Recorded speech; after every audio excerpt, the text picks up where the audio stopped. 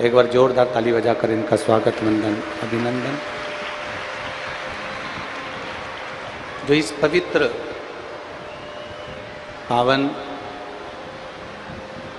भगवान देवाधिदेव महादेव के पवित्र चरित्र को श्रवण कर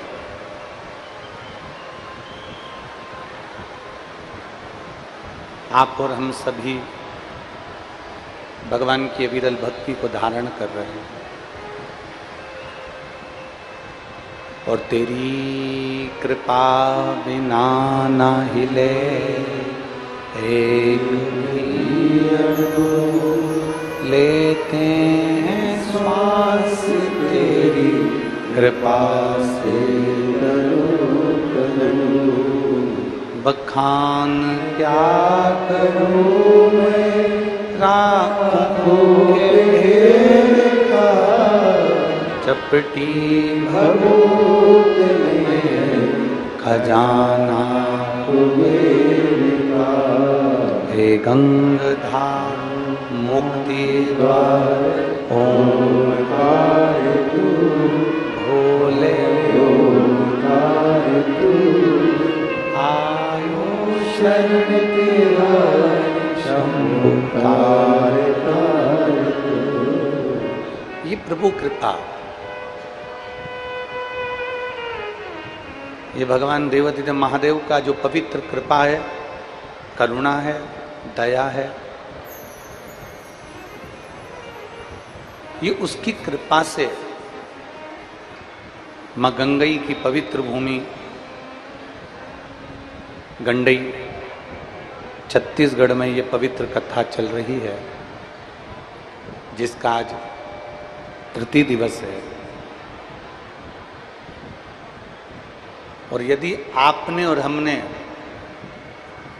शिव महापुराण की कथा कहती है कि दिल से बाबा की इस पवित्र कथा का लाभ लिया है, तो बाबा भी दिल से देने के लिए तैयार खड़ा है। वो शिव है, वो घड़ी है।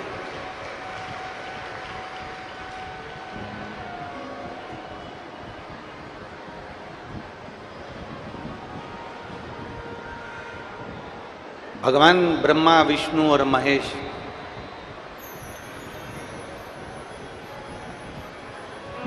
ये तीनों देव शिव महापुराण की कथा कहती है इनमें कोई भेद नहीं।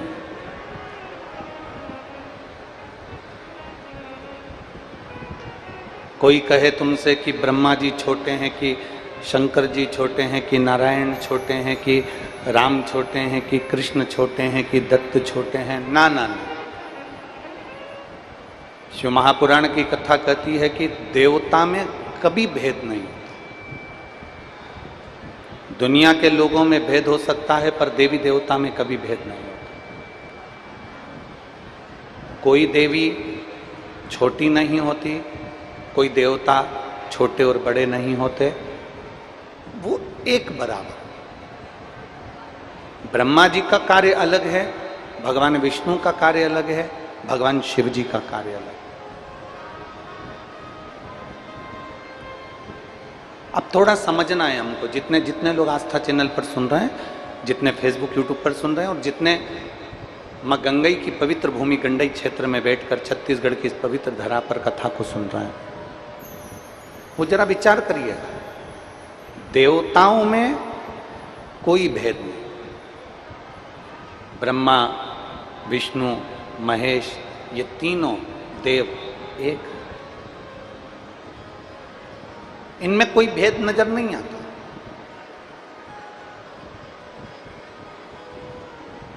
ये तीनों देवता हमको सिखाते हैं कि भगवान शंकर का जो अभिषेक होता है वो 3 टेकी लगी होती है और उसके ऊपर कलश रखा होता है और कलश में से एक एक बूंद पानी शिवलिंग के ऊपर गिरता है।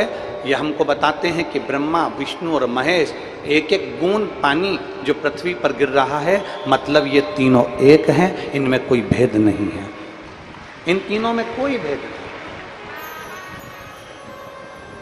और आरती में भी सारे देवताओं की आरती भले अलग अलग गाई जाती है, पर भगवान शंकर की आरती में तीनों देवताओं का गुणगान होता है।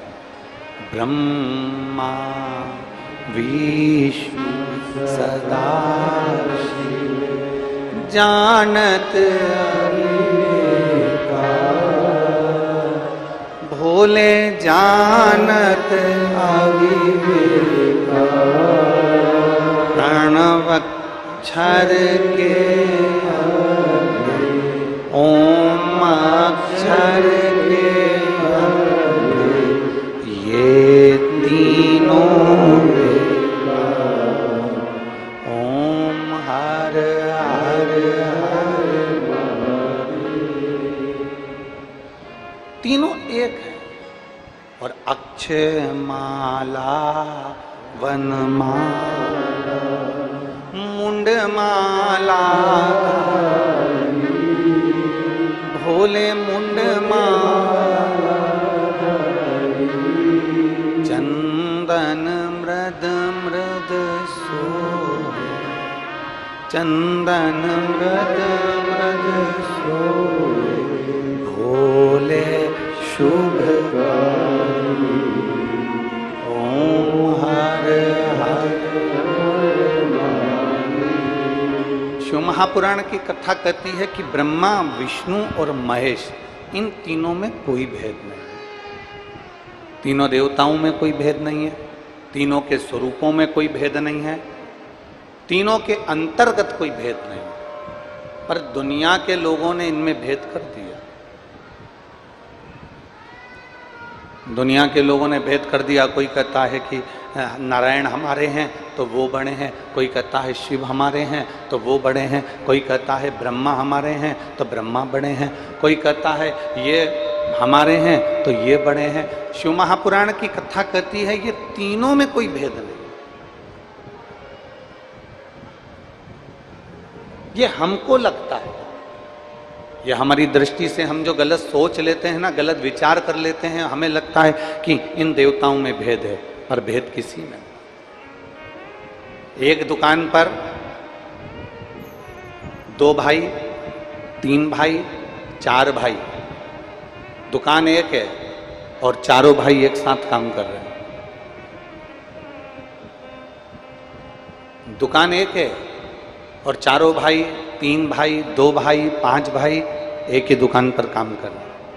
अब भेद देखिएगा, जरा भेद की दृष्टि देखिएगा कि कैसी होती है।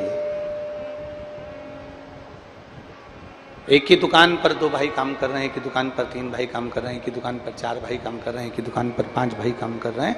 और भेद की दृष्टि क्या कहती है?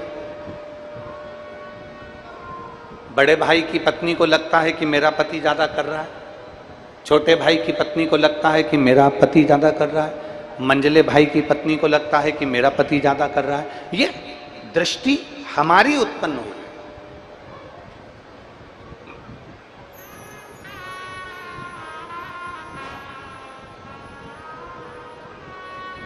मां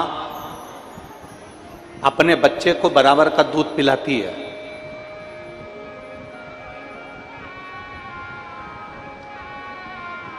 जितना बड़े बेटे को पिलाएगी उतना छोटे को पिलाएगी, उतना मंझले को पिलाएगी, उतना संझले को पिलाएगी। मां अपने बच्चे को बराबर का दूध पिलाती है। मां की दृष्टि में यह भेद नहीं रहता कि मैं बड़े को ज्यादा पिलाऊं कि छोटे को ज्यादा पिलाऊं। मां को अपने बच्चे की सुरक्षा का ध्यान रखना होता है, इसलिए मां उसको बराबर का दूध पिलाती है। उसी तरह परमात्मा में भेद नहीं होता। परमात्मा अपने बच्चों का ध्यान कैसे रखना है, संसार का ध्यान कैसे रखना है, जन्म लिए जीवों का ध्यान कैसे रखना है, जलचर थलचर वायुचर में ये जन्मे इन जीवों का कल्याण कैसे करना है, ये भगवान को ज्ञात होता है। इसलिए ब्रह्मा विष्णु और महेश में भेद नहीं है। बड़ी माँ को लग रहा है, बड़ी भाभी को लग रहा है मेरा पति ज्यादा कमाता है, छोटे को लग रहा है मेरा कमाता है, मंझले को लग रहा है मेरा कमाता है, संझले को लग रहा है मेरा कमाता है। सबकी पत्नी को ये लग रहा है कि मेरा पति दिन रात मेहनत करता है और वो कमाता है। छोटा वो तो बैठा रहता है, मंझला वो तो बैठा रहता है, संझला वो तो बैठा रहता है। तो ये हमारी दृष्टि का भेद है।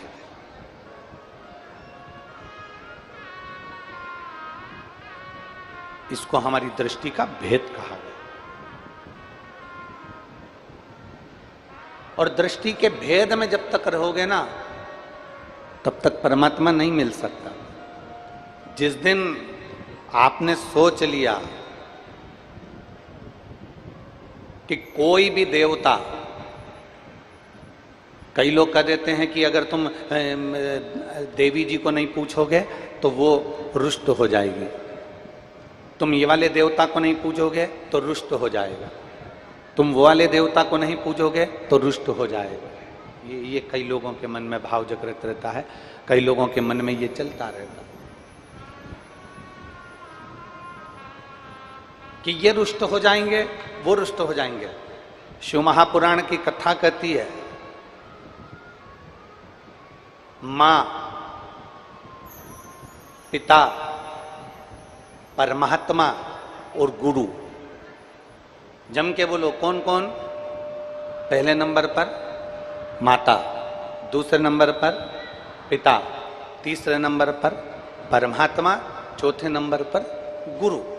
माता, पिता, परमात्मा और गुरु अगर ये रुष्ट भी होते हैं ना तो अपने भक्त का कल्याण ही करते हैं, अपने भक्त का कल्याण ही करते हैं। माता अगर रुष्ट हुई है अपने बच्चे का कल्याण करेगी, पिता रुष्ट हुआ है अपने बच्चे का कल्याण करेगा, परमात्मा अगर रुष्ट हो गया तो वो भी अपने भक्त का कल्याण करते हैं, और गुरु अगर रुष्ट होते हैं तो वो भी अपने भक्त का कल्याण करते हैं। इनके रुष्ट होने पर कभी विचार नहीं करना कि ये रुष्ट हो गए।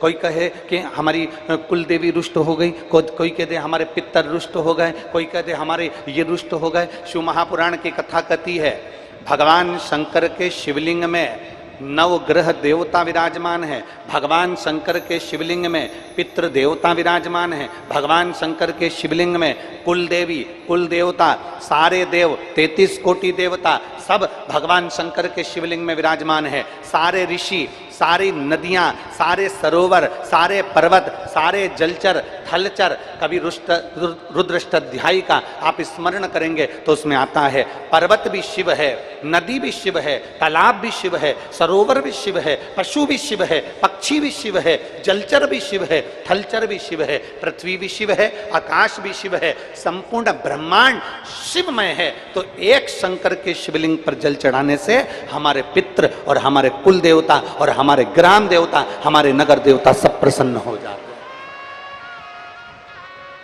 केवल एक देवादिदेव महादेव को जल चढ़ाने से, एक भगवान शंकर को जल चढ़ाने से सबकी प्रसन्नता हो जाती है, सबकी प्रसन्नता हो जाती है।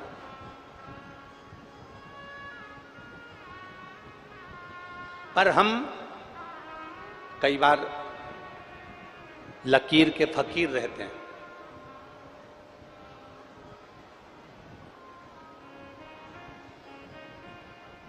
लकीर के फकीर,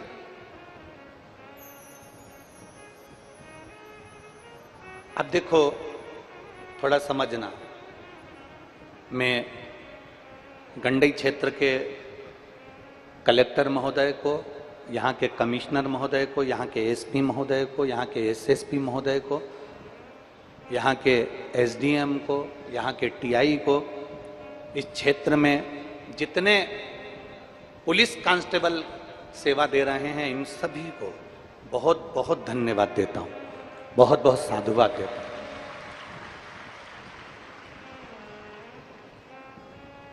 अभी तक हमने जितनी कथा करी उस कथा में जाने आने के लिए बहुत सारी रोडें होती थी, कम से कम 10 रोड 12 रोड रास्ते होते थे। पर गंडई क्षेत्र में जो कथा हो रही है इसके लिए एक ही रोड है, और एक रोड पर ट्रैफिक को कैसे रोका जाता है, एक रोड पर ट्रैफिक को कैसे कंट्रोल किया जाता है, एक रोड पर भक्त जो लाखों की संख्या में, रोज आज पानी गिर रहा है पर कल से ज्यादा भक्त आज कथा में आए हैं, इतने बरसते पानी। आप लोग तो पंडाल के अंदर बैठे हो, बाहर की अगर दशा मैं कहूंगा एलईडी पर और आस्था चैनल वालों को दिखाना कि बाहर की दशा क्या है। लोग छाता लेकर पानी में खड़े हुए हैं, और ये केवल अभी नहीं खड़े हुए, ये सुबह से ऐसे कैसे खड़े हैं कि भगवान की कथा का लाभ लेना है। अब जरा विचार करो, ये 3 लाख 4 लाख भक्त जब एक साथ रोड पर निकलते हैं तो व्यवस्था देखने में पुलिस प्रशासन, हम उसको साधुवाद देते हैं। एक बार जोरदार ताली बजाकर पूरी पुलिस प्रशासन को साधुवाद दें। एक रोड, उस पर कैसे कंट्रोल करना, कैसे संयमित करना, किस तरह से कंट्रोल करना, किस तरह से भक्तों को छोड़ना, किस तरह से भक्तों को पहुंचाना, ये मैं कलेक्टर महोदय को, SP, SSP, commissioner, SDM, TI, एक एक को साधुवाद देता हूं। यहाँ की पुलिस एक एक कांस्टेबल को साधुवाद देता हूं, चाहे वो महिला कांस्टेबल हो चाहे पुरुष कांस्टेबल हो, सबको साधुवाद। आपका समझना, जनमानस को कैसे यहां तक पहुंचाना, कैसे रखना, कैसे इनको वापिस भेजना, इसकी संयमता, इसकी संयमता। अब कई बार क्या होता है, आप जरा समझिएगा, शिव महापुराण कहती है ना कि कई बार लकीर का फकीर काम हो जाता है। तो क्या होता है, कई बार एक व्यक्ति जा रहा था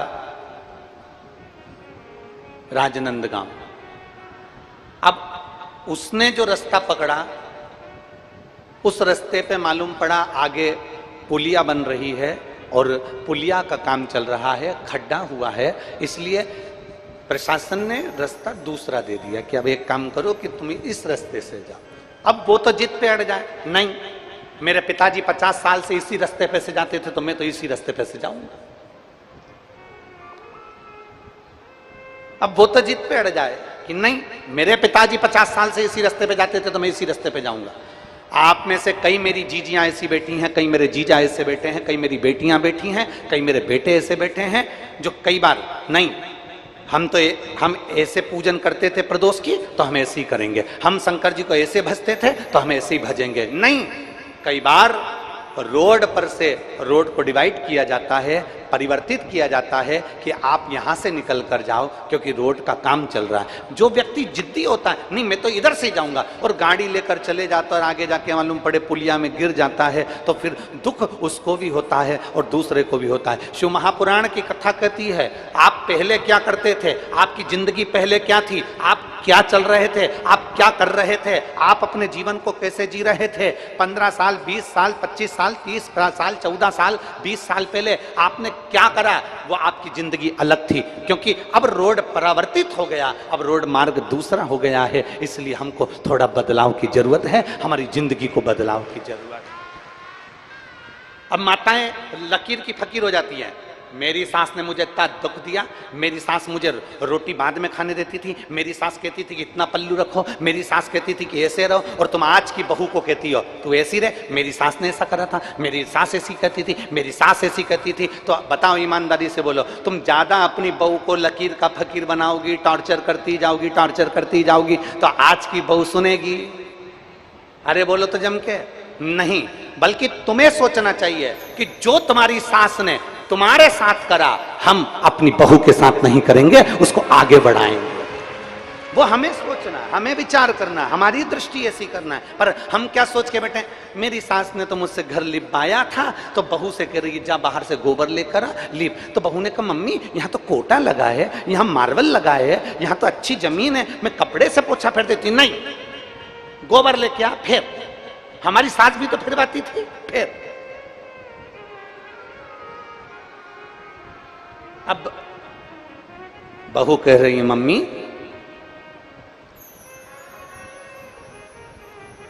अब पहले के जमाने में सिवैया, क्या बोलते हैं इधर छत्तीसगढ़ में, सिवैया बोलते हैं और कुछ बोलते हैं, है सिवैया ही बोलते हैं। पहले के जमाने में सिवैया मशीन से बनती थी क्या? अरे जम के तो बोलो। नहीं, क्या करती थी?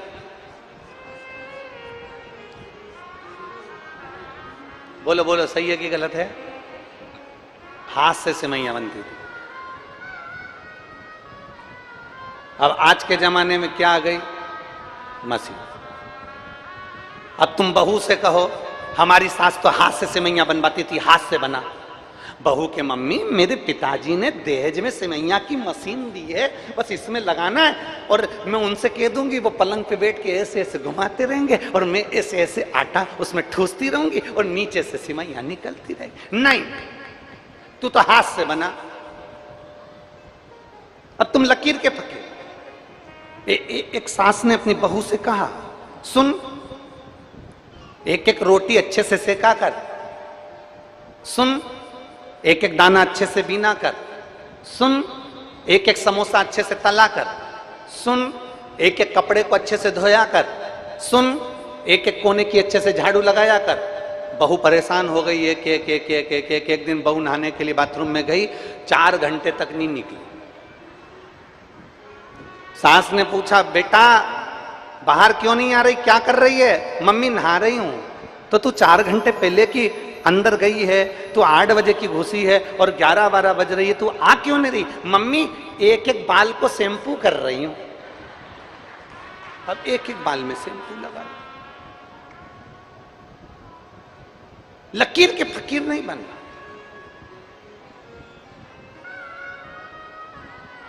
हम लकीर के फकीर बनकर चल रहे हैं। उसने ऐसा किया तो हमें भी वही करना, उसने ऐसा करा तो हमें भी वही करना। किसी ने हमको अपशब्द कहा, हमें पलट कर अपशब्द कहना। किसी ने ताना दे दिया, हमें पलट कर ताना देना। किसी ने गाली दे दी, हमें पलट कर गाली ना। हमें लकीर के फकीर नहीं बनना। शिव महापुराण की कथा कहती है, ये रोड पर आगे काम चल रहा है, पुलिया का काम चल रहा है, तो रोड परावर्तित कर कर निकल जाओ, दूसरी रोड से निकल जाओ। उसी तरह जब हमें लगे कि हमारी जिंदगी ठीक नहीं चल रही है, हमारे जीवन में दुख और तकलीफ चल रही है, तो भगवान ने शॉर्टकट रास्ता बता दिया कि शिव महापुराण की कथा सुनो, 1 लोटा जल चढ़ाओ और अपने जीवन को धन्य बनाओ। ये शॉर्टकट है। ना तुम्हें मंत्र की जरूरत है, ना तुम्हें तंत्र की जरूरत है, ना तुम्हें साधना की जरूरत है, क्योंकि घर में, कलयुग में, कलिकाल में किसी के पास समय नहीं है। कलयुग में, कलिकाल में किसी के पास समय नहीं है। रत्ती भर का समय कलयुग में नहीं है। बच्चा भी व्यस्त है, बूढ़े भी व्यस्त हैं, सब व्यस्त हैं, कोई फ्री नहीं है। इस कलयुग में आपको इतना समय नहीं मिलेगा कि आप तप करेंगे। इस कलयुग में आपको इतना समय नहीं मिलेगा कि आप साधना करेंगे। इस कलयुग में आपको इतना समय नहीं मिलेगा कि आप कहीं तीर्थ में जाकर बैठ जाएंगे। इस कलयुग में सबसे सरल, सबसे सहज, ना मंत्र, ना तंत्र, ना साधना, कुछ भी नहीं। इस कलयुग में एक साधन सबसे सरल है, जो गरीब से गरीब व्यक्ति और बड़े से बड़ा सेठ कहीं पर भी कर सकता है। 1 लोटा जल सारी समस्या का। वो गरीब भी कर सकता, वो अमीर भी कर सकता, वो साधारण व्यक्ति भी कर सकता, 7 जात का व्यक्ति उसको कर सकता। 7 जात, बस उसको करने के लिए अपने भीतर के अहम को निकालना पड़ेगा।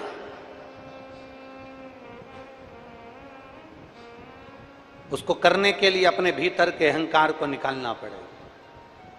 गांव में कुआं, उस कुएं में 7 जात का व्यक्ति, गांव का पूरा गांव उस कुएं से पानी भरता, पीता। एक कुआं, 7 जात का व्यक्ति उस कुएं से पानी पीता। एक काली कुतिया आई और कुएं में गिर गई। अब वो कुतिया कुएं के अंदर गिरी। अब वो कुआं बदबू मारने लगा, बहुत तेज बदबू मार रहा था। सारे के सारे गांव के लोग एक विद्वान व्यक्ति के पास में गए और उनसे पूछा, महाराज जी ये बताओ, अपने गांव में एक कुआं 7 जात का व्यक्ति पानी पीता है और कहीं से पानी का साधन नहीं है, उसमें एक काली कुतिया आकर गिर गई है और बदबू मार रही है, क्या करें? महाराज जी ने कहा, एक काम करो, यज्ञ करवाओ, कुएं से बदबू चली जाए। यज्ञ करवाया, बदबू नहीं गई। फिर किसी ने कहा, यहां भंडारा करवाओ, बदबू चली जाएगी। भंडारा करवाया, बदबू नहीं गई। फिर किसी ने कहा, कन्या भोज कराओ, कन्या भोज कराया, बदबू नहीं गई। फिर किसी ने कहा, भगवान की कथा करवाओ, कथा करवाई, बदबू नहीं गई। कुएं में से लगातार बदबू आती रही। गांव के लोगों ने सोच लिया, यज्ञ अनुष्ठान कथा भंडारा सब करके देख लिया, कुएं की बदबू नहीं गई। अब लगता है कि इस कुएं में किसी का श्राप लग गया, इस कुएं में किसी का श्राप लग गया। अब छोड़ो इस कुएं को, दूसरा कुआं बनाएंगे। गांव के लोगों ने विचार करा, थोड़े दिन बाद नया कुआं बनाएंगे। 15 दिन के बाद उसी गांव में एक संत आ गए। सारे गांव के लोग हाथ जोड़कर बोले, बाबा जी, हमारे गांव में एक कुआं 7 जात का आदमी पानी पीता है और उस कुएं में काली कलर की कुतिया आके गिर गई है, बदबू मार रही है। संत ने पूछा तुमने क्या करा? संत ने पूछा तुमने किया क्या? तो कहा हमने यज्ञ करवाया, अनुष्ठान करवाया, भंडारा करवाया, कन्या भोज करवाया, हमने सब कुछ करवाया, कथा करवाई। कुएं की बदबू नहीं गई? नहीं गई। इतने में संत ने पूछा तुमने कुएं में से कुतिया निकलवाई? कि बस महाराज हमने ये नहीं करवाया। अब विचार करो, कुएं में कुतिया पड़ी है, बदबू मार रही है, हमने यज्ञ करवा लिया, अनुष्ठान करवा लिया, भंडारा करवा लिया, कन्या भोज करवा लिया, यज्ञ करवाया, कथा करवाई, पर कुएं में से कुतिया नहीं निकलवाई। संत ने कहा कुएं में से कुतिया निकाल कर फेंक देते, पूरे पानी को उलीस देते, दूसरा पानी आना चालू होता, कुएं में से बदबू आना बंद हो जाती। शिव महापुराण की कथा कहती है जब तक ये मन रूपी कुएं में अहंकार रूपी कुतिया पड़ी रहेगी तब तक मेरा मेरा नजर आएगा। जिस दिन ये कुतिया निकल गई भोलेनाथ सब तेरा नजर आएगा। ये अहंकार, ये अभिमान जब तक हमारे भीतर है तब तक हमको लगता है कि मैं जो कर रहा हूं बहुत अच्छा कर रहा हूं, मैं जो कर रही हूं बहुत अच्छा कर रही हूं, मेरे बराबर दुनिया में कोई नहीं कर सकता, मेरे बराबर संसार में कोई नहीं कर सकता। और शिव महापुराण की कथा कहती है अरे मत बुरे कर्म कर बंदे वरना पछताएगा, भगवान की आंखों से तू बच नहीं पाएगा, तू बच नहीं पाएगा। अरे ओ अज्ञानी मत कर नादानी, अरे ओ अज्ञानी मत कर नादानी, तेरे कर्म का फल भी तू ही पाएगा, जैसा किया तूने तेरे आगे आएगा। मत बुरे कर्म कर बंदे वरना पछताएगा, भगवान की आंखों से तू बच नहीं पाएगा, तू बच नहीं पाएगा। हम लकीर के फकीर ना, हमारी सास ऐसे करती थी तो हमें वैसे ही करना। मंदिर में गए तो आंख बंद करके बैठ गए, किसी को बैठा देखा तो तुम भी बैठ गए, तुम्हारा मन नहीं लग रहा है, तुम्हारा चित्त नहीं लगा।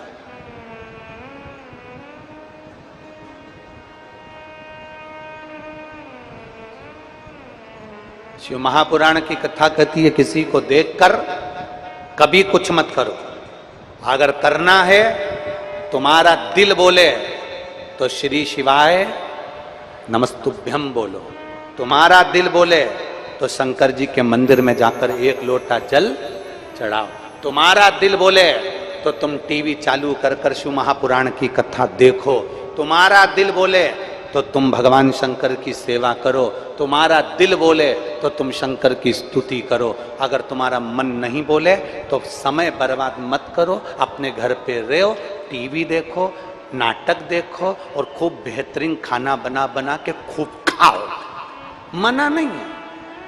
दिल करे तो कथा में जाओ, मन करे तो टीवी खोलकर कथा देखो, दिल करे तो भगवान शंकर के मंदिर जाओ, दिल करे तो शिव की स्तुति गाओ, दिल करे तो शंकर को 1 लोटा जल चढ़ाओ। जबरदस्ती नहीं है, किसी के ऊपर कभी हमने प्रेशर नहीं दिया।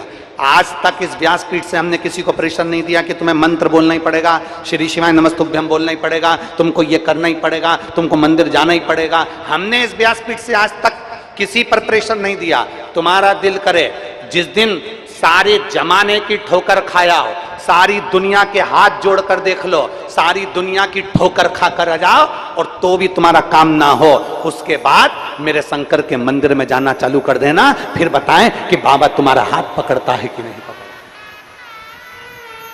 इतना तो जरूर कहा कि सारे जमाने की ठोकर खाया, सारी दुनिया के हाथ पैर जोड़ लो, सबसे विनती कर लो, ए भैया मेरा काम, भैया एक पत्र है, पत्र में उसने लिखा,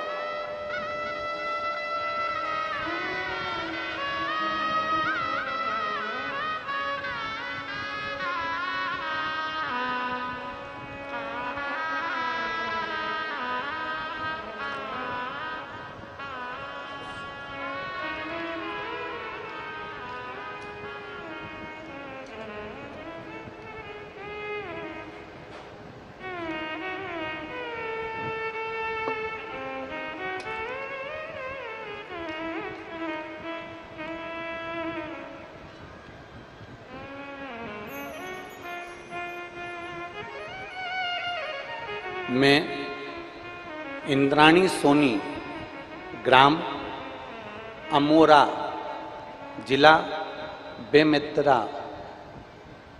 कहीं बैठी हो इंद्राणी जी तो हाथ हिलाइएगा। आप ही हैं? श्री शिवाय नमस्तु। आ जाओ, एक बेलपत्र ले जाना, आ जाइए। बेटा आया है क्या आपका? नहीं आया, आ जाइए। मैं इंद्राणी सोनी, ग्राम अमोरा, जिला बेमेतरा से। एक लोटे जल का मैं क्या वर्णन करूं गुरुदेव। मेरा पुत्र राहुल सोनी नौकरी के लिए बहुत सालों से प्रयास कर रहा था, पर उसकी नौकरी नहीं लगी। वो मुझसे कहता है, माँ मेरी पत्रिका दिखाओ। हमने ज्योतिषियों को पत्रिका दिखाई, उन्होंने कह दिया इसकी सरकारी नौकरी के योग नहीं है, इसकी सरकारी नौकरी के योग नहीं है, इसकी कभी नौकरी नहीं लगेगा। ये हमारे को ज्योतिषियों ने बताया। फिर मेरा बेटा भी हार गया और उसने सोच लिया मैं कोई परीक्षा नहीं दूंगा, क्योंकि हर परीक्षा में मैं असफल हो रहा था। वह पूरी तरह से हिम्मत हार चुका था।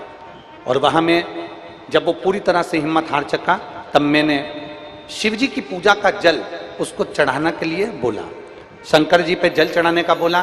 फिर मैंने उससे कहा कि सीहोर में रुद्राक्ष महोत्सव है, सीहोर की कावड़ भराती है। मैंने सुना है कि बाबा की कावड़ जो भरता है कुबेर भंडारी की, उसका काम होता ही है।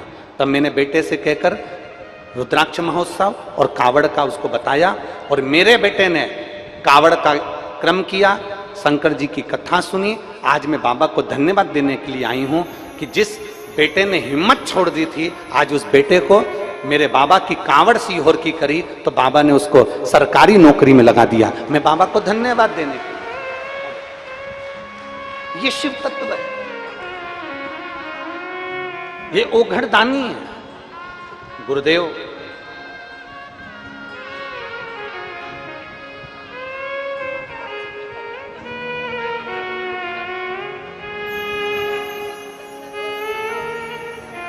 दीदी कह रही हैं जब उसने फॉर्म भरा तो एक नौकरी नहीं, बाबा ने उसको 2 नौकरी दी, और ये शिव कृपा।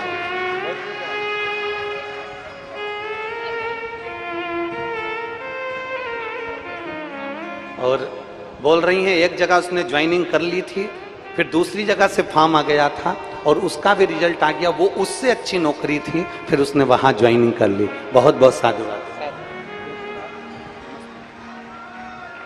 ये शिव तत्व है, ये ओघड़ी है।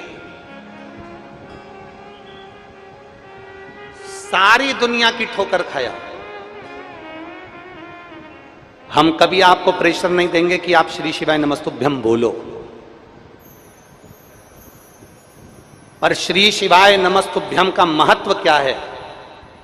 कभी अपने घर के दरवाजे के बाहर एक छोटा सा श्री शिवाय नमस्तुभ्यम हो सके तो हाथ से ही, चंदन से ही लिख कर देखना। हो सके श्री शिवाय नमस्तुभ्यम का जाप किसी बेलपत्र के पेड़ के नीचे कर कर देखना। बन सके श्री शिवाय नमस्तुभ्यम बोलने वाले का केवल मुख का दर्शन कर लेना। हो सके श्री शिवाय नमस्तुभ्यम तुम्हारे घर के नजदीक में जो शिवालय भगवान शंकर के मंदिर हो, वहां पर एक छोटा सा श्री शिवाय नमस्तुभ्यम अपने खर्चे से वहां लगा कर देखना। आते जाते व्यक्ति के मुख से बुलवा कर देखना कि उस मंत्र के जाप का फल क्या होता है। और हम पर भरोसा मत करो, सीहोर वाले महाराज पर विश्वास मत करो। भरोसा करो शिव महापुराण पर। शंकर जी की शिव पुराण गीता प्रेस गोरखपुर की खरीदो और उसको पढ़ो। विद्येश्वर संहिता में लिखा है श्री शिवाय नमस्तुभ्यम बोलने वाले का मुख का दर्शन, श्री शिवाय नमस्तुभ्यम कहने वाले के मुखाग्रविंद का दर्शन हजारों अश्वमेध यज्ञ के बराबर फल दे देता है। उसे पढ़ो, अध्ययन करो, ज्ञान प्राप्त करो।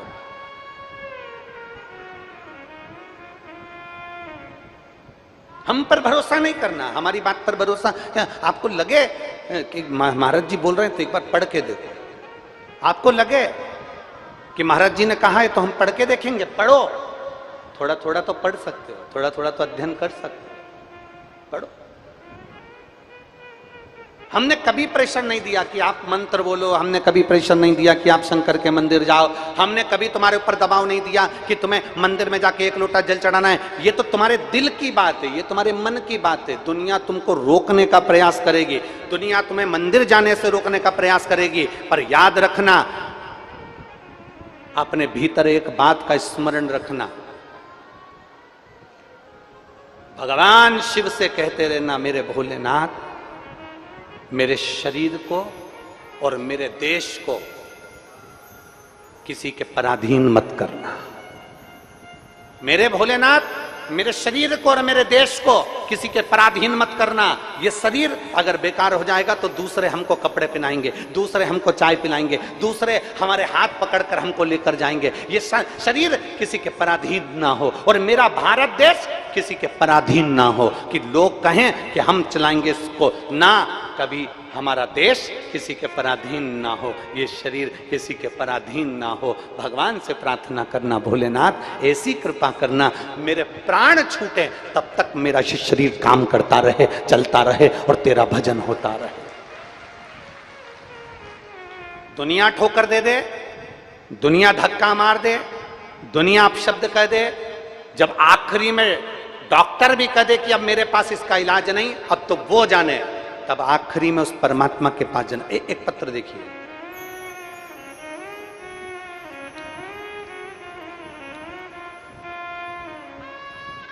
मैं शिप्रा गुप्ता,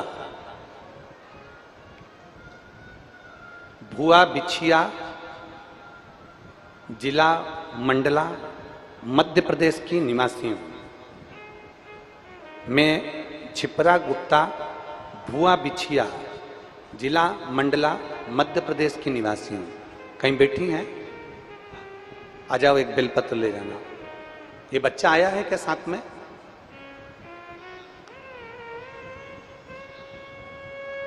अगर ये है बच्चा आया है, अगर ये बालक आया हो, 19 वर्ष का पुत्र है ये, अगर आया हो तो साथ में आए। मैं छिपरा गुप्ता, भुआ बिछिया, जिला मंडला, मध्य प्रदेश की निवासी हूं। पत्र को आप लोग आस्था चैनल पर एलईडी पर पढ़ सकते हैं। मैं बेलपत्र का, बाबा के जल का क्या वर्णन करूं गुरुदेव। मेरे 19 वर्ष के पुत्र सक्षम गुप्ता को शुगर हो गया था। शुगर इतना बढ़ गया कि यूरिन इन्फेक्शन हो गया, जो फेफड़ों तक पहुंच गया। उसे रोज 4 इंसुलिन लगने लगे, शुगर 450 पहुंच गई। 15 दिन आईसीयू में एडमिट रहा। डॉक्टर के हिसाब से इसको इंसुलिन अब लेना ही पड़ेगा। अब हम घबरा गए कि जब शुगर इतनी हो गई और इंसुलिन हमेशा लेना है तो थोड़ी चिंता व्याप गई। मैंने रोज आपकी कथा सुनी और आपकी कथा पर मैंने भरोसा कर कर शिव जी के मंदिर जाना प्रारंभ करा। शिव जी को जल चढ़ाती, उसका जल लाकर अपने बच्चे को देती। बाबा इंसुलिन बंद नहीं हुए, चलते रहे। अब क्या करूं? तब मैंने बाबा का बेलपत्र उठाकर अपने बच्चे को देना प्रारंभ कर दिया। कुबेरेश्वर धाम पहुंच गई, कुबेरेश्वर धाम से रुद्राक्ष लेकर आ गई और उस रुद्राक्ष को जल में गलाती और बाबा को चढ़ाकर बेलपत्री और कुंदकेश्वर महादेव के नाम से उसको पिला देती। गुरुजी पशुपतिनाथ का व्रत प्रारंभ कर दिया, क्योंकि इंसुलिन 4 बार उसको देना पड़ रहे थे। अब करूं तो करूं क्या? बाबा ने ऐसी कृपा कर दी गुरुदेव, आज मेरे बाबा ने ऐसी करुणा कर दी कि मेरे बेटे का इंसुलिन लेना बंद हो गया। और डॉक्टर भी आश्चर्य में पड़ गया, नागपुर का डॉक्टर भी आश्चर्य में पड़ गया कि ये कैसे हो सकता है। जिसका इंसुलिन चालू हो जाए उसका इंसुलिन बंद होना बड़ा कठिन है, पर 1 महीना भी नहीं हुआ और इंसुलिन बंद कर दिया मेरे बाबा ने। मैं बाबा को धन्यवाद देने के लिए आई हूं और यहां प्रणाम करने के लिए आई हूं। यह शिव तत्व है, ये शंभु है, ये ओघड़ी है। और तेरी कृपा बिना न हिले एक भी अणु, लेते हैं श्वास तेरी, प्रेशर बढ़ाओ प्रेशर, लेते हैं श्वास तेरी कृपा से तनु तनु, बखान क्या करूं मैं राखों के ढेर का, चपटी बबूल में खजाना कुबेर का, हे गंगधार मुक्ति द्वार ओंकार तू, भोले ओंकार तू, आयो शरण तिहारी तार उसकी कृपा बिना कुछ नहीं हो सकता, उसकी दया बिना कुछ नहीं हो सकता। हमारा दबाव नहीं है आपके ऊपर कि श्री शिवाय नमस्तुभ्यम आप बोलो, हमारा दबाव नहीं है आपके ऊपर कि शंकर जी के मंदिर जाओ, हमारा दबाव नहीं है आपके ऊपर कि शिव की स्तुति करो, शिव महापुराण की कथा सुनो। ये तो आपका दिल जिस दिन बोल जाए, आपको लगे मेरा काम नहीं हो रहा, आपको लगे दुनिया के धक्के बहुत खाली है, आपको लगे मैं बहुत तकलीफ में जिंदगी जी रहा हूं, आपको लगे मेरा जीवन बहुत कष्टमय चल रहा है, उस दिन अपने घर का 1 लोटा जल भरना और अपने नजदीक के शिवालय में पहुंच जाना। जिस दिन आपको लगे कि मेरी जिंदगी कष्ट में चल रही है, मेरा ये काम नहीं हो रहा, मुझे तकलीफ की जिंदगी चल रही है, मेरा मन भगवान चित्त वृत्ति ठीक नहीं चल रही, उस दिन अपना 1 लोटा जल अपने घर का भरो और शिव के मंदिर पहुंच जाओ। आ जाओ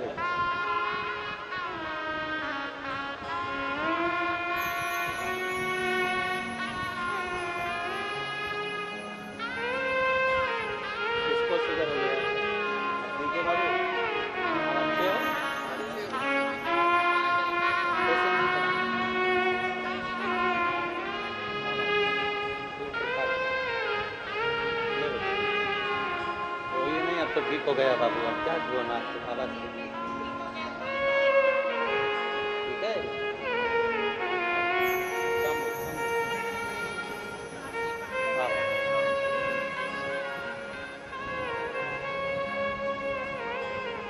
जिसको 4 बार इंसुलिन लेना पड़ रहा हो शुगर के लिए, दवाई गोली चल रही हो, वो दीदी कह रही हैं कि मेरे बेटे को अब 1 भी टेबलेट नहीं खाना पड़ती, 1 दवाई नहीं लेना पड़ती। कई लोग हमसे प्रश्न करते हैं सीहोर के रुद्राक्ष में ऐसा क्या है? हम कहते हैं खरीद कर नहीं दिया जाता सीहोर का रुद्राक्ष, पैसे से नहीं बेचा जाता सीहोर का रुद्राक्ष, कोरियर नहीं करा जाता सीहोर का रुद्राक्ष, यहां तक आपको खुद सीहोर पहुंचकर बाबा के आगे हाथ फैलाकर उससे रुद्राक्ष लेकर मांगकर लेकर आना और फिर उसका असर देखकर 3 महीने के अंदर हमको बताना कि रुद्राक्ष ने असर करा कि ना करा। क्या है सीहोर के रुद्राक्ष? वो सहज नहीं है, सरल नहीं है। अच्छे रिसर्च सेंटर रुद्राक्ष पर रिसर्च कर रहे हैं कि इस रुद्राक्ष में ऐसा क्या है कि लोगों का cancer, kidney, liver, thyroid, sugar, BP, psoriasis, kidney जैसी बीमारियां भी ठीक हो रही हैं। आखिर इस रुद्राक्ष में है क्या? दिल से मांगोगे, दिल से बोलोगे, दिल से प्रार्थना करोगे, कंकर शंकर की पूजन कुबेरेश्वर धाम की धरा पर पहुंचकर जब तुम कंकर को बीन कर उसकी पूजन करते हो, दिल से जब प्रार्थना कर कर जाते हो, मेरे बाबा ऐसा है कि 3 महीने तक बैग मत खोलना, 3 महीने में उसी बैग को लेकर मेरा कुबेर भंडारी वापिस बुला लेता है। ये उसकी कृपा है, ये उसकी उदारता, ये उसकी दया है।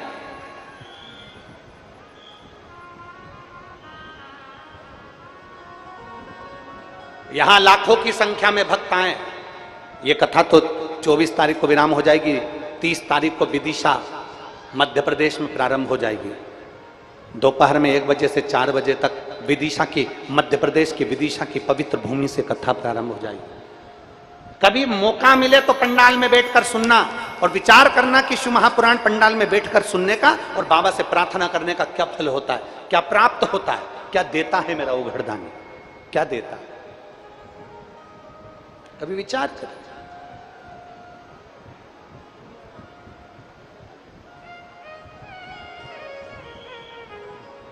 दिल कर जाए जिस दिन तुम्हारा, उस दिन शंकर के पास पहुंच जाओ। दिल कर जाए जिस दिन तुम्हारा, उस दिन तुम शिव के करीब में पहुंच जाओ।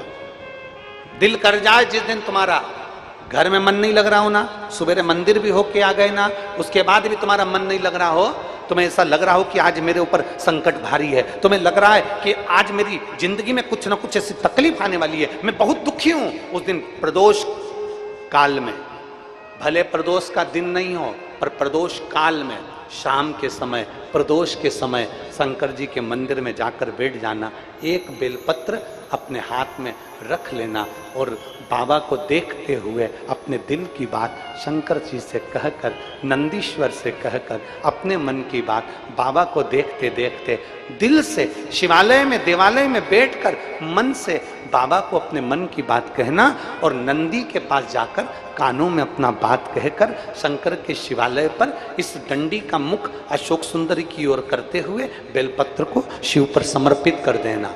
बाबा से कहकर आना, आज भले प्रदोष नहीं है पर प्रदोष काल मतलब शाम के समय हमने जो बाबा से कहा है, दूसरे दिन का जब प्रदोष काल आएगा, शाम का समय आएगा, तब तक मेरा बाबा कुछ ना कुछ हल जरूर निकालेगा और तेरे लिए मार्ग प्रशस्त जरूर करेगा।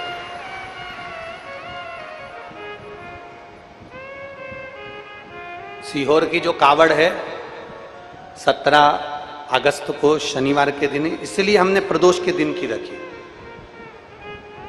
कि सुबह से लेकर रात्रि तक भी अगर कोई कावड़ को भर रहा है, कावड़ चढ़ा रहा है, कावड़ का आनंद ले रहा है, तो उसके दिल की बात मेरा कुबेर भंडारी सुने।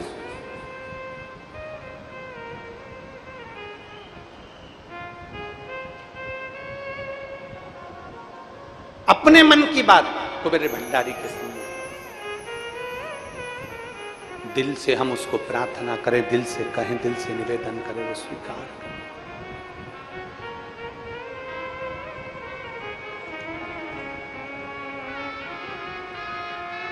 और महाराज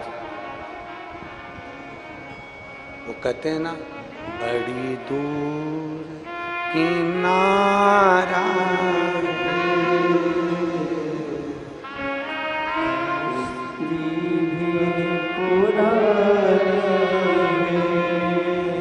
बड़ी दूर किनारा है, कश्ती भी पुरानी है, भोले बाबा सुन भी लो ये मेरी कहानी है,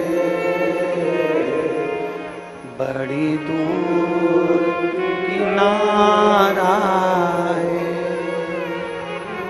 कश्ती भी पुरानी है, भोले बाबा सुन भी लो ये मेरी कहानी है, मैंने तुमको पुकारा है, मैंने तुमको पुकारा है, भोले बाबा सुन भी लो ये मेरी कहानी है,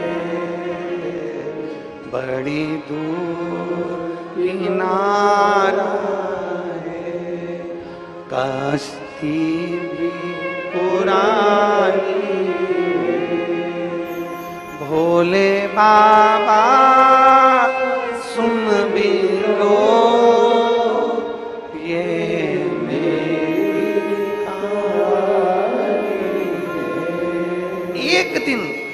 मेरे महाकाल को, एक दिन मेरे महाकालेश्वर को, एक दिन मेरे कुबेरेश्वर महादेव को दिल से, जिस दिन दिल दुख रहा हो, जिस दिन मन दुख रहा हो, उस दिन एक बेलपत्र लेकर, भले तुम सुबह जल चढ़ाया है, भले तुम एक लोटा पानी चढ़ाया है, परंतु तुम्हारा दिल जब कर जाए, दोपहर में, शाम को, प्रदोष काल में एक बेलपत्र लेकर मेरे बाबा के पास पहुंच जाना। बेलपत्र में वो बल होता है कि अच्छे अच्छे रोग, अच्छी अच्छी बीमारियां, अच्छी अच्छी तकलीफें, अच्छे अच्छे कष्ट भी एक बेलपत्र शंकर जी को चढ़ाने से सब मिट जाते हैं। दिल से कर।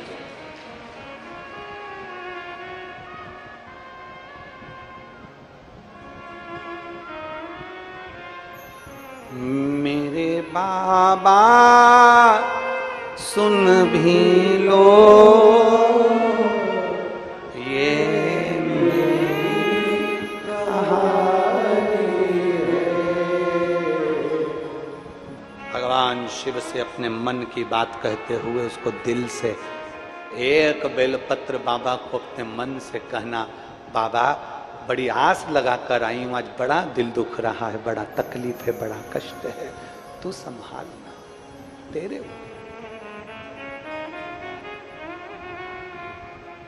ब्रह्मलोक के देवता ब्रह्मा जी हैं, बैकुंठ लोक के देवता भगवान विष्णु हैं, और पृथ्वी का देवता मेरा देवादिदेव महादेव है। पृथ्वी के देव हैं देवादिदेव महादेव।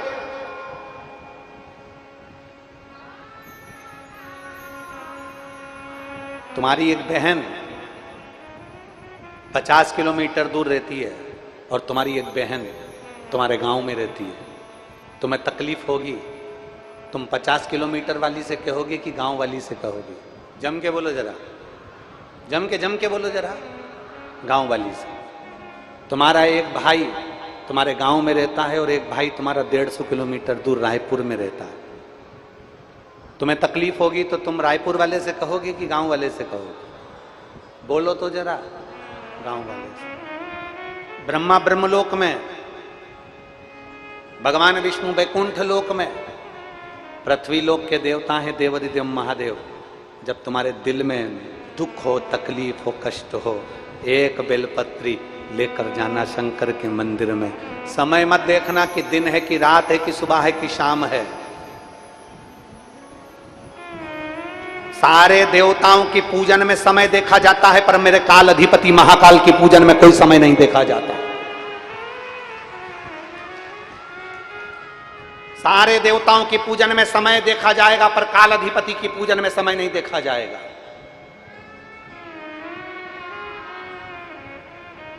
तकलीफ समय देखकर नहीं आती, मौत समय देखकर नहीं आती। अगर मौत आ जाए और तुम उससे कहो कि देखो मैं रात को 9 बजे मरूंगी, अभी तू जा, मान जाएगा कोई? दुनिया मान सकती है, मृत्यु नहीं मान सकती। तकलीफ, दुख, कष्ट, बीमारी, टेंशन, तकलीफ, ये समय देखकर नहीं आती। इसलिए शंकर भगवान के पास जाने का कोई समय नहीं है। जिस दिन तुम्हारा दिल कर जाए, जब दिल कर जाए, तब महादेव के मंदिर में एक बेलपत्र लेकर पहुंचना और अपने मन की बात देवादिदेव महादेव से कह देना, वो सुने।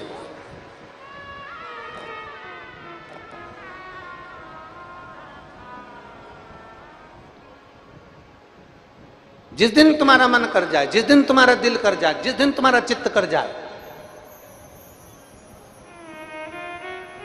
जिस दिन तुम्हारा हृदय कह जाए कि आज मैं मेरे को बाबा से बात करना है, मुझे मेरे बाबा से बोलना है,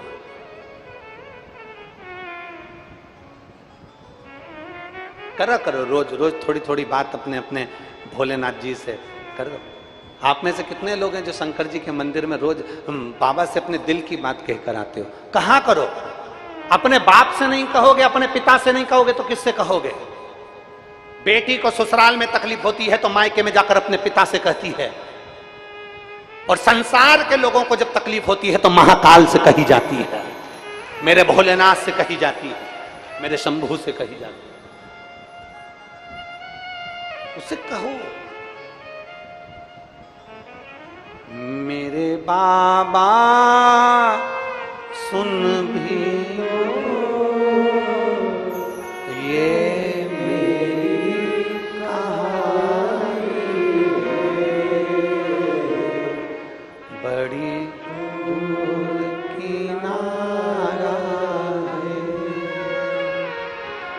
कश्ती भी पुरानी है, भोले बाबा सुन भी लो ये मेरी कहानी है। मैंने तुमको पुकारा है, मैंने तुमको पुकारा, भोले बाबा सुन भी लो ये मेरी कहानी है। दिल से, बाबा से, मन से अपने हृदय की बात कहकर जब आप शिव के द्वार पर जाओगे, उसके पास बैठोगे, उससे बात करोगे, वो सुन लेगा, सुनेगा।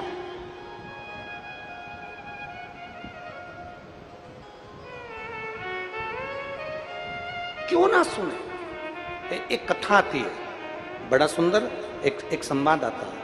शिव जी का एक नाम वेश्यानाथ भी है। शिव जी का एक नाम वेश्यानाथ भी है। एक नंदी ग्राम में एक वैश्या रहती थी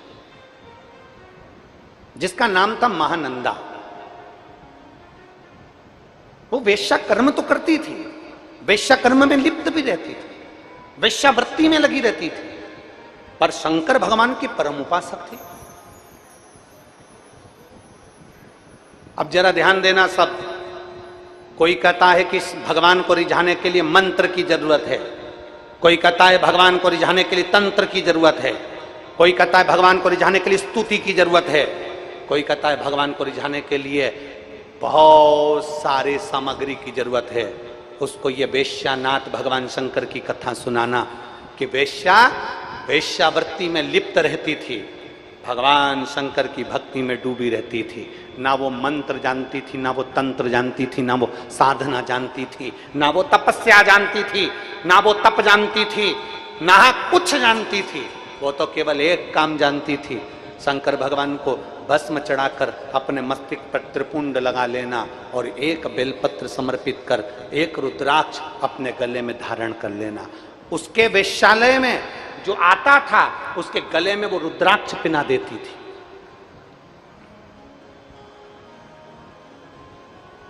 उसके अटारी पर बंदर, मुर्गा, मुर्गी, कोई भी उसकी अटारी पर पशु पक्षी कोई आ जाता था, शंकर का नाम लेकर उनके गले में रुद्राक्ष पहना देती थी। अब जरा विचार करिए, थी कौन? वैश्या। महानंदा उसका नाम था। अब महानंदा वैश्या, ऊपर बंदर आ गया अटारी पर, इसने भगवान शंकर के नाम लिया और बंदर को भोजन देते देते उसके गले में रुद्राक्ष बांध दिया। मुर्गा मुर्गी आ गए, जीव जंतु आ गए, उनके गले में उसने रुद्राक्ष बांध दिया। इसके वेश्यालय में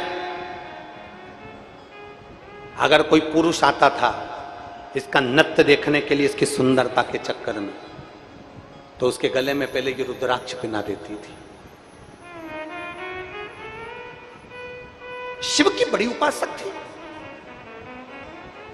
बहुत दुनिया के कई तप कर करके मर गए, उनको शंकर नहीं मिले। दुनिया के कई मंत्र और तंत्र कर करके मर गए, उनको शंकर नहीं मिले। ये तो वेश्यावृत्ति करने वाली वेश्या थी, वेश्यावृत्ति।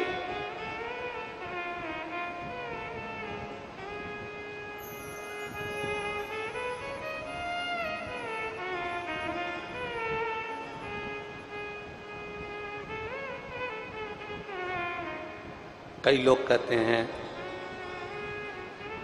उंगली उठाने वाले कह देते हैं, सियोर वाले मिश्रा जी को तो ये नहीं आता, सियोर वाले मिश्रा जी को वो नहीं आता। हम तो हमारी व्यासपीठ से पहले से कहते आ रहे हैं, ना हमको संस्कृत का कोई शब्द आता है ना हमें कुछ आता है। हमें तो केवल एक काम आता है, भगवान भोलेनाथ को एक लोटा जल चढ़ाओ, श्री शिवाय नमस्तुभ्यम बोलो, पंचाक्षर मंत्र नमः शिवाय बोलो, ओम नमः शिवाय बोलो, शंकर का भजन करो, कीर्तन करो, स्मरण करो। आडंबर मत करो, दिखावा मत करो, दुनिया की दृष्टि में जैसे हो वैसे की वैसे रहो। एक बेटा अगर कलेक्टर बन जाता है वो कलेक्टर दुनिया की निगाह में होगा। एक बेटा कमिश्नर बन जाता है, एसपी बन जाता है, टीआई बन जाता है, वो दुनिया की निगाह में टीआई, कमिश्नर, कलेक्टर होगा।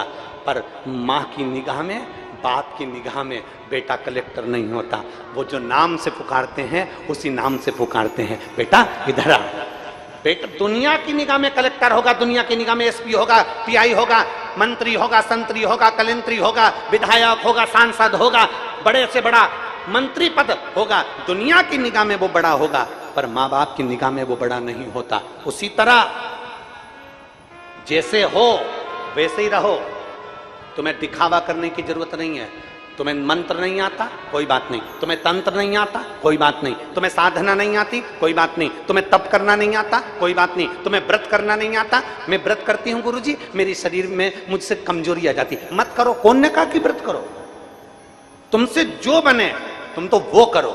भगवान कभी भी दिखावे से प्रसन्न नहीं होता, भगवान कभी आडंबर से प्रसन्न नहीं होता। भगवान तुमने इतना सारा विधान बता दिया, ये भी करना पड़ेगा, वो भी करना पड़ेगा, ऐसे करो, सुबह उठो, शाम उठो। बोलो बोलो, आप में से साहू परिवार वाले कितने बैठे हैं? साहू साहू कितने बैठे हैं? जरा हाथ उठाओ तो जरा। बैठे हैं यहाँ? हाँ ठीक है।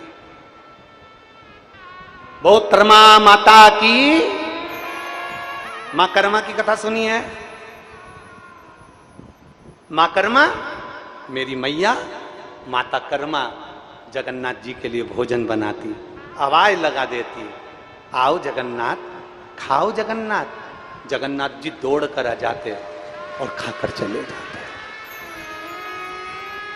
जगन्नाथ जी दौड़ कर आते और कर्माबाई का खिचड़ा खाकर जाते। एक दिन एक संत ने कर्माबाई से कह दिया कि कर्मा माँ भूख लगी है। कर्माबाई अंदर से खिचड़ा लाकर दे दी। संत ने कहा तुमने स्नान किया, तुमने पूजन पाठ करी, तुमने संध्या वंदन किया, तुमने मंत्र जाप किया, तुमने नाम जाप किया? कर्माबाई ने कह दिया नहीं, मैं तो मेरे जगदीश के लिए भोजन बनाने के लिए रख देती हूँ, मेरा जगन्नाथ आता है खाकर चले जाता है। कर्माबाई के खिचड़े को संत ने नीचे डाल दिया। डालते से ही संत तो चले गए, संत चले गए।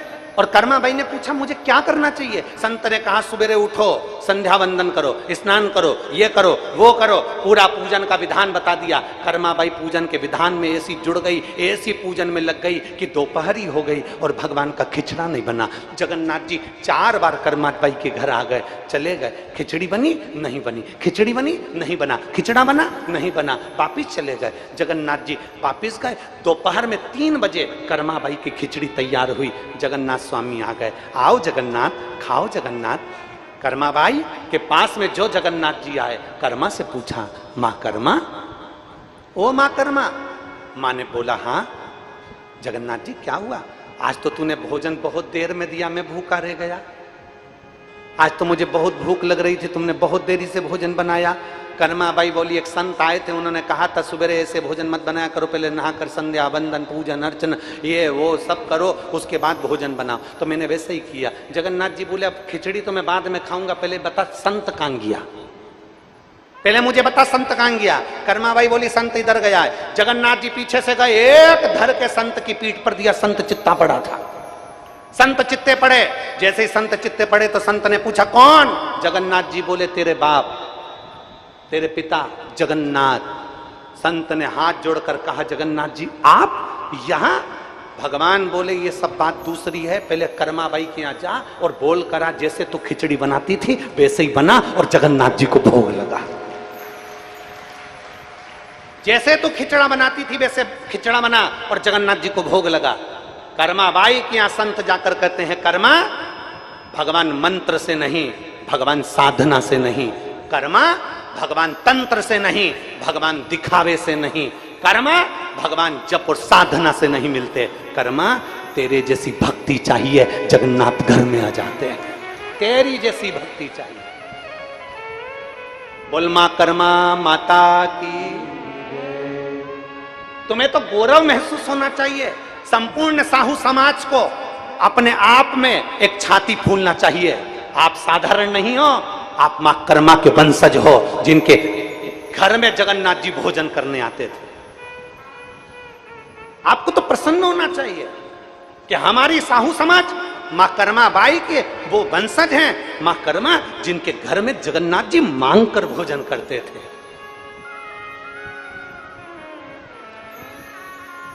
और कोई तुमसे कह दे कि भगवान के पूजन बंद कर दो, कोई तुमसे कह दे शंकर के मंदिर मत जाओ, कोई तुमसे कह दे शिव के मंदिर मत जाओ, सबसे पहले आगे आना चाहिए साहू समाज को और कहना चाहिए हमारी मां भगवान को जगन्नाथ को भोजन कराती थी, तो हम भी मंदिर देवालय शिवालय कभी नहीं छोड़ सकते, हम कहीं दूसरे धर्म में नहीं जा सकते।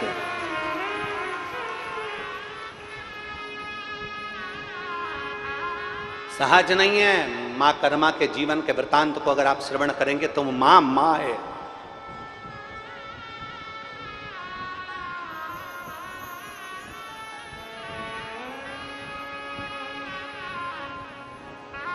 सहजता नहीं।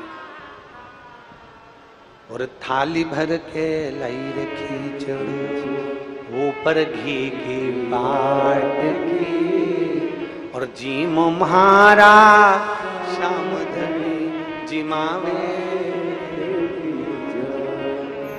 तुम भाव से और भक्ति हो तो कर्मा जैसी सांवरियो घर आवेलो। भक्ति हो तो कर्मा जैसी सांवरियो घर, और सोहन लाल लोहाकर प्रभु को हर्ष हर्ष गुण गावे। सोहन लाल लोहाकर प्रभु को हर्ष हर्ष गुण गावे। और साचो प्रेम प्रभु में हो तो, साचो प्रेम प्रभु में हो तो मूरत बोले काट की, और जीमो महाराज श्याम धनी जिमावे। कौन ना जिमा? भाव से जिमाती है कर्मा भाई, भाव से रिझाती है कर्मा भाई। भगवान को मंत्र नहीं चाहिए, भगवान को तंत्र नहीं चाहिए, भगवान को साधना नहीं चाहिए, भगवान को स्तुति की जरूरत नहीं, भगवान को तुम्हारे निर्मल मन की जरूरत है। निर्मल मन सो मोहि पावा, मोहि छल छिद्र कपट ना भावा। तुम्हारा दिल जितना पवित्र होगा, मन जितना सुंदर होगा, दिल जितना पवित्र होगा, मेरे शिव, मेरे राम, मेरे कृष्ण, मेरे जगन्नाथ, मेरे नारायण, मेरे ब्रह्मा, मेरे दत्त तुम्हारे सम्मुख में प्रकट हो जाए।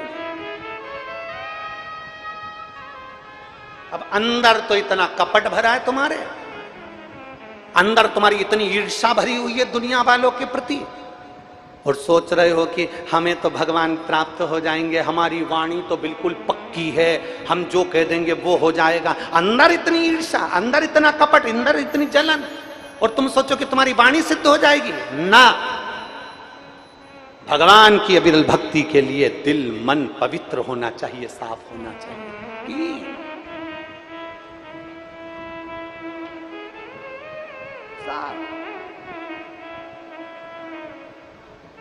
और साचो प्रेम प्रभु में हो तो, अरे साचो प्रेम प्रभु में हो तो, अरे मूरत बोले काट की, और जीमो महाराज।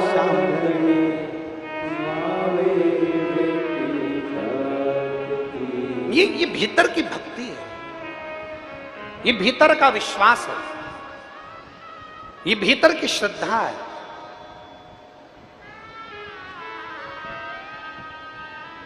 भीतर की भक्ति, भीतर का विश्वास, भीतर की श्रद्धा, यह हमारे भीतर।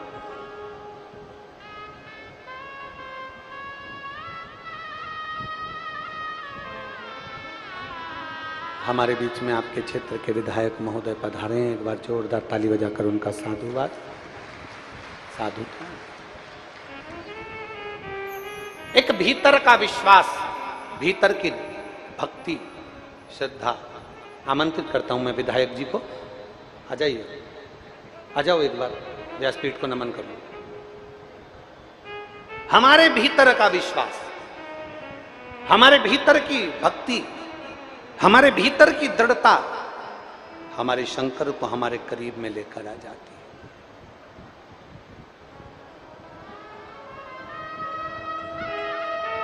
और जब हमारे भीतर की भक्ति, हमारे भीतर का विश्वास हमारे भगवान को हमारे करीब में लेकर आता है, हमारे नजदीक में लेकर आता है।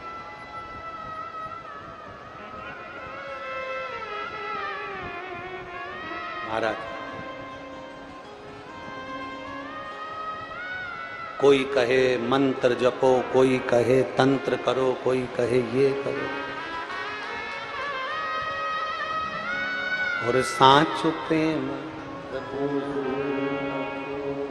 मूरत बोले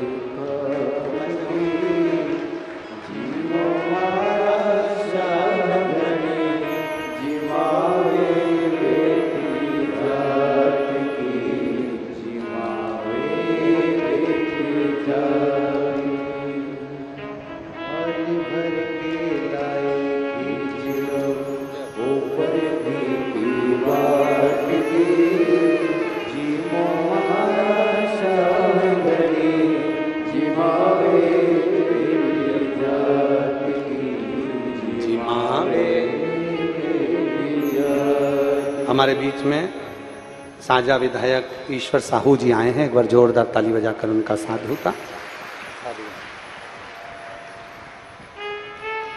शिव तत्व की प्राप्ति। आइए बैठिए।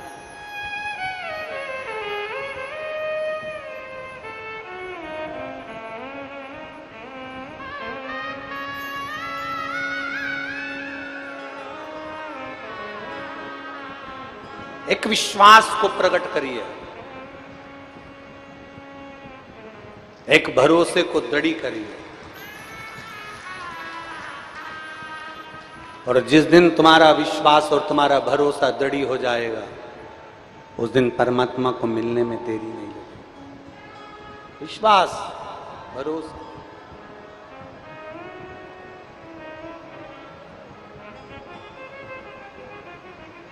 महाराज,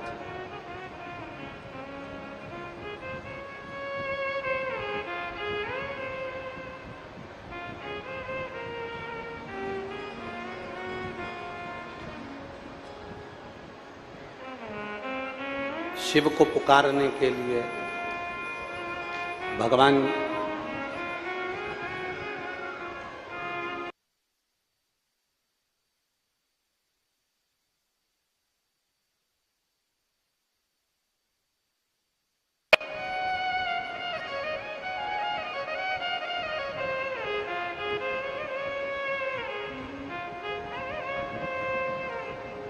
बड़ी दूर किनारा है,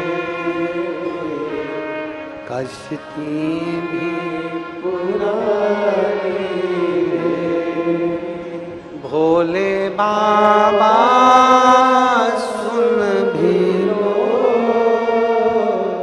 ये मेरी कहानी है,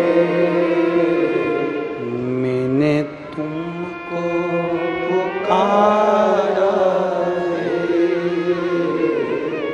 मैंने तुमको पुकारा है, मेरे बाबा सुन भी लो ये मेरी कहानी है। एक विश्वास को दृढ़ करो। जिसके भीतर विश्वास की दृढ़ता होती है, उसके भीतर परमात्मा नजदीक होता है। विश्वास दृढ़ होना चाहिए। अब महानंदा वैश्या अटारी पर बाना रह जाता, उसके गले में भोजन कराते कराते रुद्राक्ष बांध देती। कोई मुर्गा मुर्गी आ जाता, उसके गले में रुद्राक्ष बांध देती। कोई जीव जंतु आ जाता, उसके गले में रुद्राक्ष बांध देती। कोई वेश्या के घर में कोई पुरुष उसकी सुंदरता के लिए, उसके नृत्य के चक्कर में, उसके चक्कर में आता, तो उसके गले में रुद्राक्ष बांध देती। स्वयं त्रिपुंड लगाती है, गले में रुद्राक्ष धारण करती है। कोई मंत्र नहीं जानती, कोई तंत्र नहीं जानती, कोई साधना नहीं जानती, पर भगवान शंकर की अविरल भक्ति करती है। वेश्यावृत्ति करने से पहले शंकर की आराधना में लीन रहती है, शिव की भक्ति में डूबी रहती है।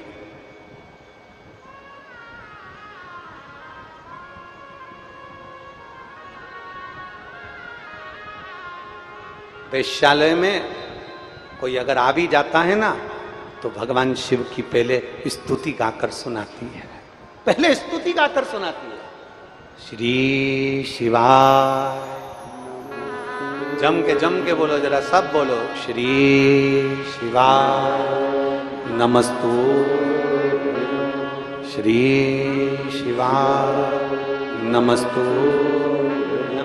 श्री शिवाय नमस्तु, श्री शिवाय नमस्तु। दिल से बोलती है, दिल से पुकारती है।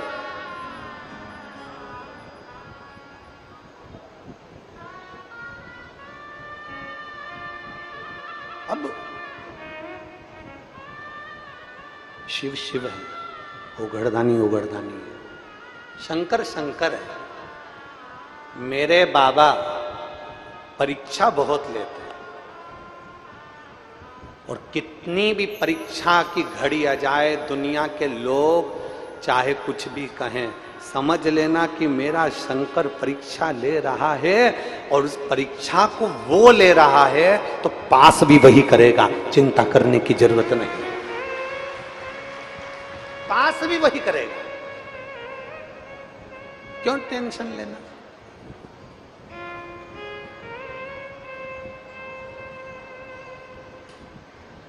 महाराज,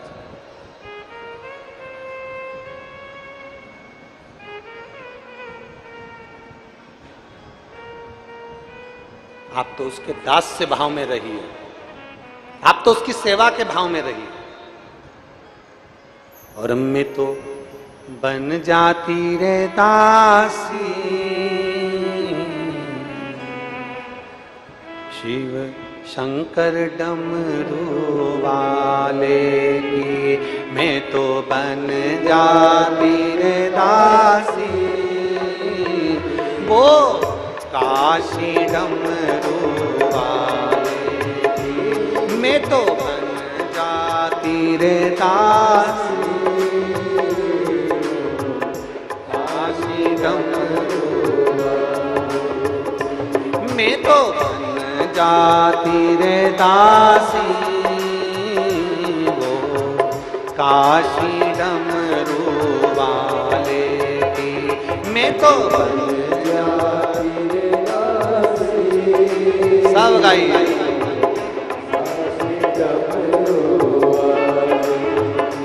वो काशी डमरू वाले की, वो काशी डमरू वाले की, काशी डमरू वाले की, काशी डमरू वाले की, वो काशी डमरू वाले की, वो काशी डमरू वाले की, काशी डमरू वाले की, वो काशी डमरू वाले की, मैं तो बन जाती रे दासी वो काशी डमरू वाले की, मैं तो बन जाती रे दासी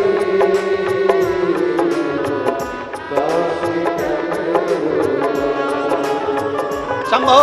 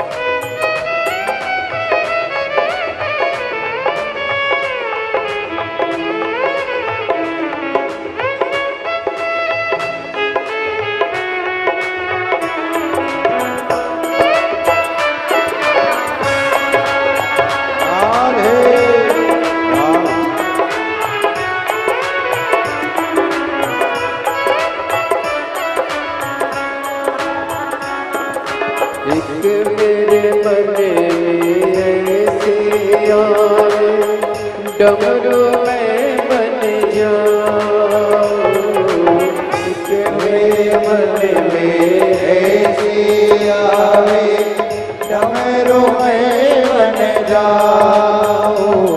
ओ एक मेरे मन में ऐसी आवे डमरू में बन जाऊं, एक मेरे मन में ऐसी आवे डमरू में बन जाऊं।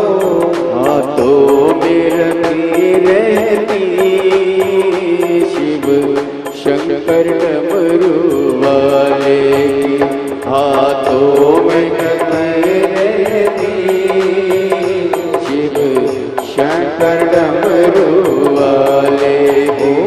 मैं तो बन जाती रे दासी काशी डमरू वाले की, मैं तो बन जाती रे दासी काशी डमरू वाले की। राधे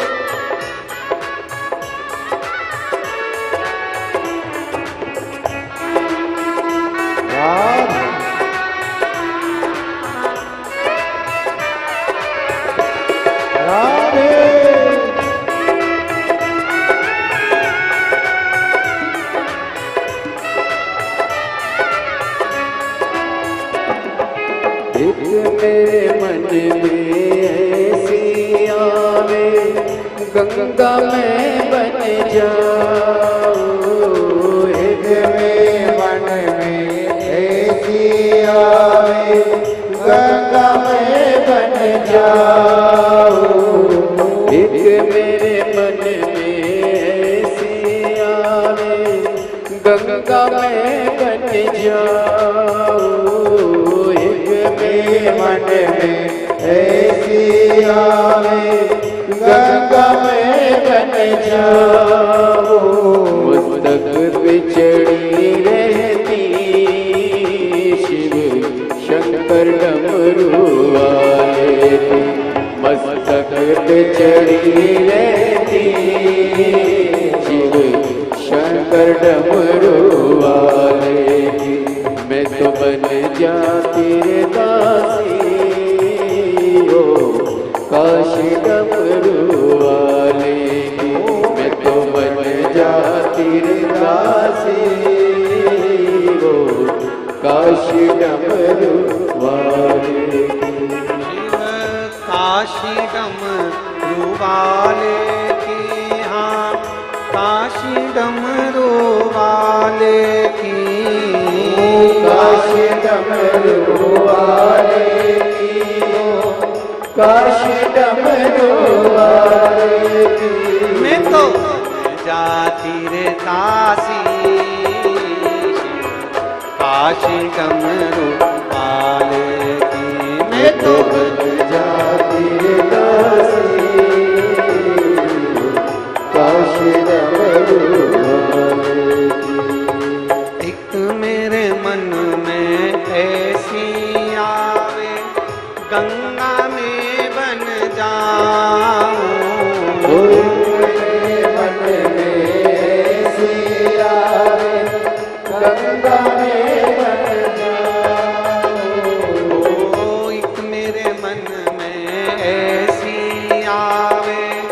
गंगा में बन जाऊं, मेरे मन में ऐसी आए, गंगा में बन जाऊं। मस्तक पे चढ़ी रहती शिव काशी डमरू वाले, मस्तक पे चढ़ी रहती काशी मैं तो बन जाती रे दासी शिव काशी डमरू वाले की, मैं तो बन जाती रे दासी, काशी डमरू वाले की।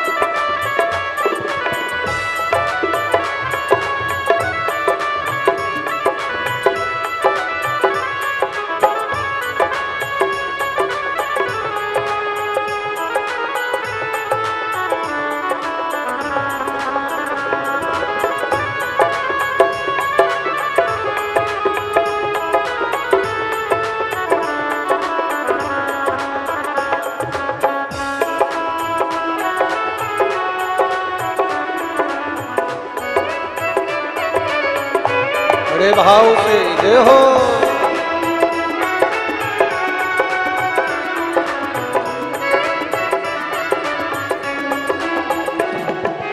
एक मेरे मन में ऐसी आवे गौरा में बन जाऊं, मेरे मन में ऐसी आवे, गौरा में बन जाऊं। एक मेरे मन में ऐसी आवे गौरा में बन जाऊं, मेरे मन में ऐसी आवे, गौरा में बन जाऊं। हृदय में बसी रहती शिव शंकर डमरू वाले के, हृदय में बसी रहती शिव शंकर डमरू वाले। में तो बन जा